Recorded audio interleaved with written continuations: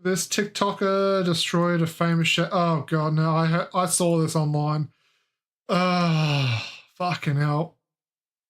This pisses me off. It took one viral video from this TikToker to force a restaurant to close down after only 2 months after its grand opening. Within 24 hours of this video blowing up, the chef was fired from his own restaurant and his career was back to square one. So this is the story of how only one bad day can turn into the most expensive mistake a restaurant owner has ever made. Because what started as a simple partnership between a small creator and a new wine bar ended up becoming a masterclass in how not to treat someone you're collaborating with, and how quickly the internet can really destroy your business. Because when I first saw the headlines to this story, I thought this was some like entitled influencer. She wanted her food paid for because I guess she had clout. And it seems like that's what a lot of people in the comments of these various posts talking about the situation thought as well. But It's a bit of as we're about both. to find out, this was not the case. The restaurant meet really Carla, fucked who up. goes by It's Carla Baby, a TikToker and micro-influencer, or well, former micro-influencer based out in the Bay Area, California. Yeah, she's a full-blown influencer now. A small creator in the food influencer niche. She had around 15,000 followers at the time and shared TikToks of various food dishes along with reviews of restaurants that she'd visited. And her videos, they were already getting a decent amount of engagement for her follower account. She was essentially playing the long game and building her audience steadily, doing what thousands of other food creators do: visiting restaurants, trying the food, and sharing her thoughts about them. So out of nowhere, when she posted a 5-minute video explaining that she just left a restaurant crying, you can assume it wasn't some calculated PR move or dramatic performance. It was clearly an extremely frustrated customer sharing a genuinely bad experience. So on July 23rd, 2025, Carla showed up to Kiss Cafe in San Francisco's Hayes Valley for what she thought was going to be a normal collaboration video. But as we're about to find out, that couldn't be any further from the truth. Now this all stems from the chef and co-owner of the restaurant apparently had concerns about Carla's follower account. According to Carla, while she was getting ready to film, Yeah, no, this is shit. They said yes originally, then decided, oh, nope, she doesn't have enough fucking followers to give her free food. Really dodgy after the fact, but Jesus Christ. she overheard him ask a member of the staff how many followers she had. When they pulled up her profile and saw 15,000 followers, he started complaining that the collaboration was a mistake and that she didn't have enough followers to justify it. Yeah. I started to film around the restaurant because I like to do that early on when there's less people, and continuing to film the setup and the kitchen and stuff because it's really cute. But I hear the host and this other guy talking, and this other guy is behind the counter, so it's a small restaurant. He's like 2 or 3 feet away from me, so I can hear everything they're saying. I know that they're talking about me because I can hear them saying TikTok, views, followers, so I start listening in. The new guy is asking the host who I am, why I'm here, and how many followers I have on TikTok and what my TikTok is. And this guy pulls up my TikTok and says that I have 15,000 followers and I have some videos have millions of views, whatever, and this guy is not happy about it.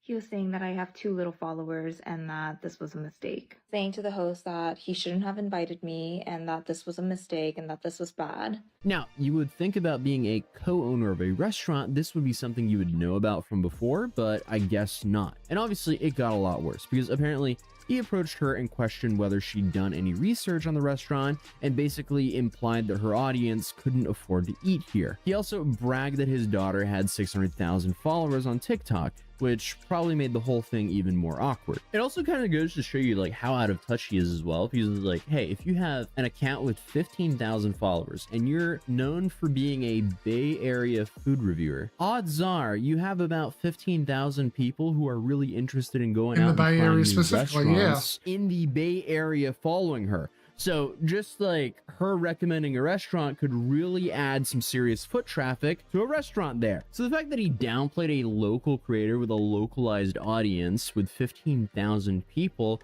just because his daughter had 600,000 followers on TikTok just shows how tone deaf he is. But he's about to Wait, what? Hold on. on TikTok and people just because his daughter had 600,000 followers on TikTok. How does his daughter... That's wild. Shows how tone deaf he is, but he's about to prove himself to be even more tone deaf. At this point, I am turning red because I'm so embarrassed and I feel really disrespected, but the new guy comes to me and I introduce myself, I shake his hand, and I'm telling him that I'm still excited about this collab. Immediately, he says, "Did you do any research on this restaurant? Do you know what we do? Do you know who we are?" He asks for my TikTok. He goes on to say that my audience and my followers are not the kind of people that are going to be at his restaurant. It seemed like Wait. So people who eat food and have subscribed to a food reviewer aren't going to eat at his he was insinuating that my followers would not be able to afford to eat at this restaurant. Then he says, "Not to be snobby, but do you know who I am?" And I say no, because I don't know who he is. He says he's a James Beard Award recipient or finalist or something, and I'm like, great, like, I don't know what to say to that. And he said that his daughter has 600,000 followers on TikTok and that I'm not at that level. Obviously, Carla, she felt disrespected. She canceled the class. Okay, the James Beard Award, US bloody award for chefs, huh? So that he's a finalist. Fairly good food, but I wouldn't be saying I'm a finalist. Dude, calm the fuck down.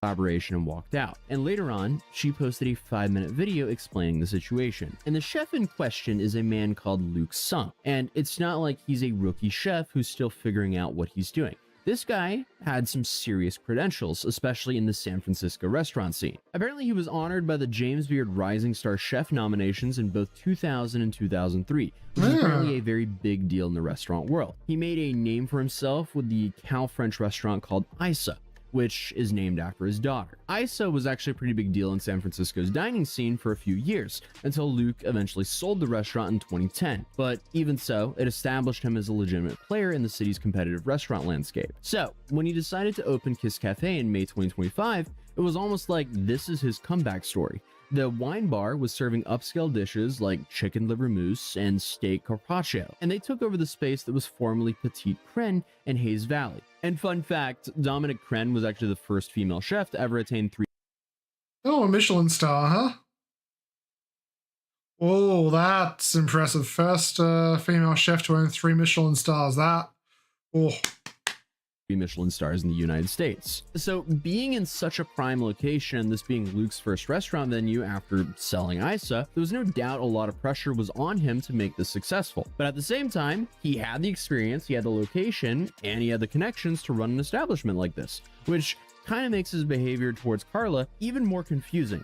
Because for whatever reason, when faced with a perfectly valid collaboration opportunity, he chose to be dismissive and arrogant instead of professional. Whether it was a bad day, stress, new restaurant, or maybe just not understanding the value of working with smaller creators, he had no right to act out like this. Like, if the dude was so clued up with social media like he seemed to portray, like, he would know that working with smaller creators, especially localized creators, would do very well for his restaurant. Because whether people like it or not, micro-influencers like Carla over the past few years have become essential for the restaurant scene, not just in the Bay Area, but everywhere. And since these creators are localized creators, the only thing is, though, it does remind me heavily of the South Park episode where Yelp reviewers go fucking insane.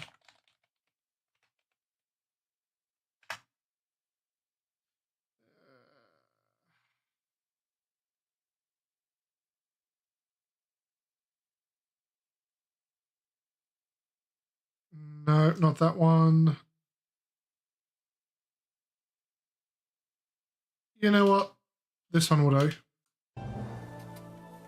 Where's that other taco plate? We need it now! I'm a little overwhelmed. I know, but we put everything into moving here and starting this business, and we have to be impressive. David, you must help your mama however you can. We're not going back to that miserable place. I don't want to go back either. Okay, done. Great! We really have to impress this customer. He's a local food critic. Another one? Everyone's a food critic now.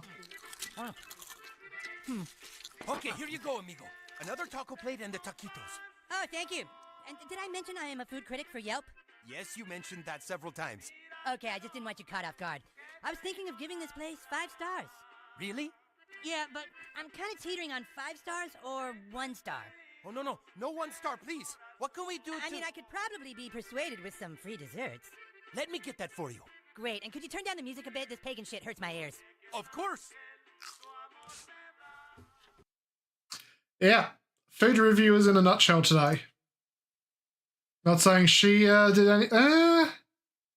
I mean, she didn't tell her audience to stop attacking it, which, not good, but it's a tricky one.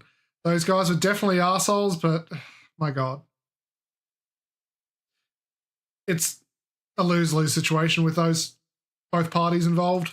Typically with less than 100,000 followers, restaurants have been increasingly choosing them over bigger names for some pretty smart reasons. First off, they're obviously way cheaper to work with. While mega influencers with millions of followers might charge thousands of dollars for a single post, a micro influencer will obviously be way easier on the budget. And obviously for new restaurants just trying to get their name out there, this is a huge win. But it's not just about the money. Typically, micro influencers have much more higher engagement rates in proportion to larger creators. Since their audiences are way more niche, they're more engaged, which means on TikTok, when they recommend a restaurant, their followers actually listen and show up. And after all, smaller influencers feel more authentic and relatable. When someone with millions of followers posts about a restaurant, it can feel like it's an obvious paid ad. But when your friend's friend with 15,000 followers is like, hey, this restaurant's really good, most likely people will kind of listen to them a little bit more. It just feels more genuine. Whether it is or not, that's a whole nother debate. But the restaurant industry has clearly figured this out, or well, some of them, clearly not this guy. And that's why collaborations like this have somewhat become a standard in the industry. And after walking out of Kiss Cafe, Carla went home to make the video about it. And this whole video started off with her saying that she left the restaurant collab crying. She then went on to explain the whole situation from her perspective. I don't know if I'm going to post this video because I'm like still shaking and I feel so frazzled, but I just left a restaurant collaboration crying. I had a TikTok collab with a new restaurant in Hayes Valley that I was really excited for. I had it planned since last week. Okay, so not addressing her directly, talking like she wasn't there, and obviously the restaurant space was small enough to where she could clearly hear everything, but he still opens her TikTok and starts watching her TikToks on full volume while judging her. Okay. And then he allegedly told her that her content wasn't at a level at which he wants his restaurant to be represented, which is like, dude, what are you doing? Well, why was she invited to your restaurant to do a video then? And number two, did you really think telling an influencer this wouldn't get broadcasted on their platform? Hello? Immediately he said, did you do any research on this restaurant? Do you know what we do? Do you know who we are? And mind you, they're really new. They don't have a website, but I know their menu front and back because whenever I go to a restaurant, I study the menu because I know what I like to order and I want to know what the restaurant is that I'm collabing with. I tell him that you guys don't have a website, but I know you are a wine bar and you serve smaller bites. He asks for my TikTok, which clearly you've done no research about me as well. And he starts scrolling through and playing my TikToks on full volume at the restaurant. And not even my page, just the page that comes up when you search my name. After scrolling like 2 times, he says to me that he doesn't think my videos are at the level at which he wants his restaurant to be represented. I just don't understand the situation because, okay, number one, she was invited out. You might as well just follow through, give her the meal, exactly, have her review it honestly, and then the post is up. What do you mean I don't want my restaurant perceived in this way? She's just reviewing your food. If your food is good, you have nothing to worry about. And I'm sure his food is good considering all of his credentials. But I guess he just decided to be a pretentious ass about it, and clearly that backfired. But also, what's interesting is Carla didn't actually name the restaurant or the chef in her original video because she said the point was to encourage other smaller influencers to stick up for themselves, not to destroy someone's business. And honestly, from what we know about TikTokers, this was extremely respectful. But the internet being the internet put things together pretty quickly, especially when Isa, the daughter, decided to comment on her video. Yes, the same daughter that Luke bragged about having over 600,000 TikTok followers. She showed up and commented this: "No one should ever feel disrespected or uncomfortable in that way. I'm honestly very embarrassed that you had to go through that." So his daughter really delivered the final roasted blow the shit here, of it. that basically confirmed that this was the restaurant. And just like that, the floodgates opened of the internet, just going right at this restaurant. Okay. But Isa, she stepped even further because 3 days later, she posted her own TikTok video addressing the situation, in which she said, in light of everything that's been happening, she just wants to say that she supports Carla and what happened to her was not okay.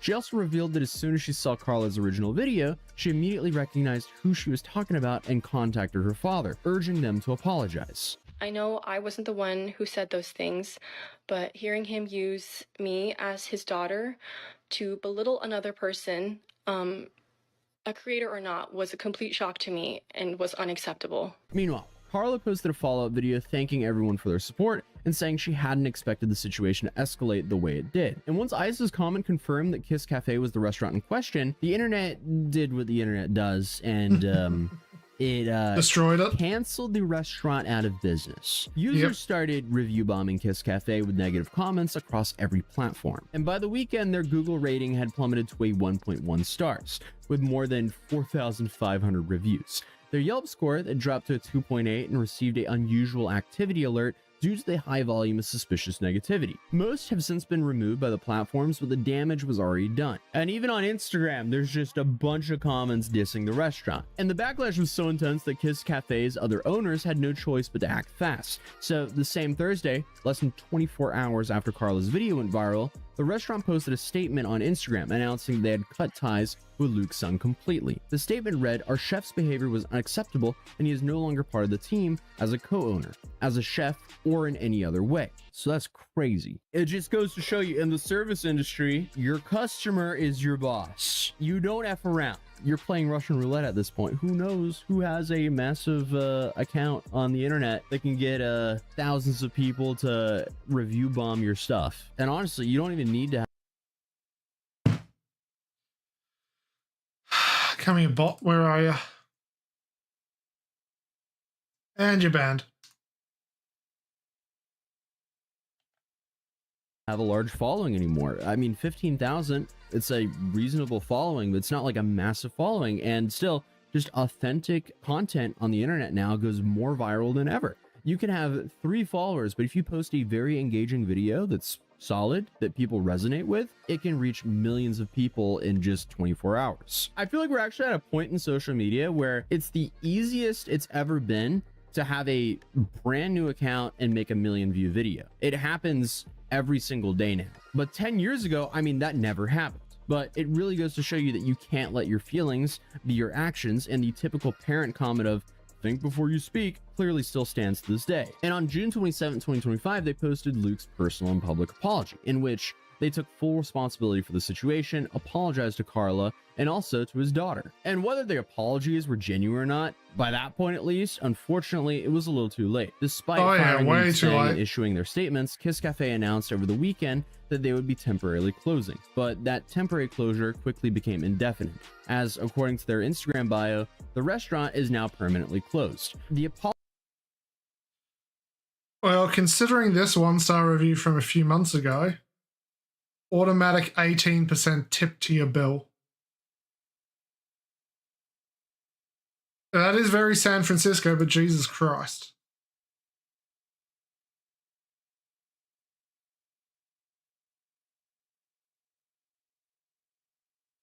Yeah, no, 18% straight on top of a bill automatically, that's wild. Apologies being the only post remaining in their feed right now. And just like that, a business was completely destroyed. The restaurant industry has always been notorious for how volatile it is, but 2025, it's just completely different because information moves so quickly now. And it's honestly kind of wild to think about because Luke and his business partners probably spent months planning the restaurant, dealing with permits, hiring staff, developing a menu, getting everything ready for their grand opening in May. And then less than 2 months later, it was all over because a chef and spending a shit ton renovating it to look like that. Yeah, this definitely gives wine bar energy. God damn.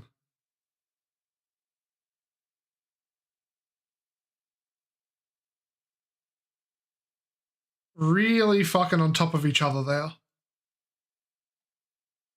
Not being able to leave his arrogance in the kitchen, decided to be passive-aggressive to a TikTok creator that they plan to make a collab video with. I don't know if this is a hot take, but isn't this a little bit over the top? Like, I mean, okay, the dude was a douche, but completely destroying his career, that is wild. But also, I see why it happens, because if anything, it just shows you how quickly things move in the social media age. Because if you have this like one bad moment and it's documented on the internet, a lot of people do not want to support that. So then suddenly they just stop going to the restaurant. And of course, if word spreads out and you get review bombed like that and all that, like, people just don't show up. They vote with their feet. And obviously, investors can easily use this to force you out of the business. But after all this happened, Carla was a big winner here, because she can easily drop the micro from the micro influencer title. Because now...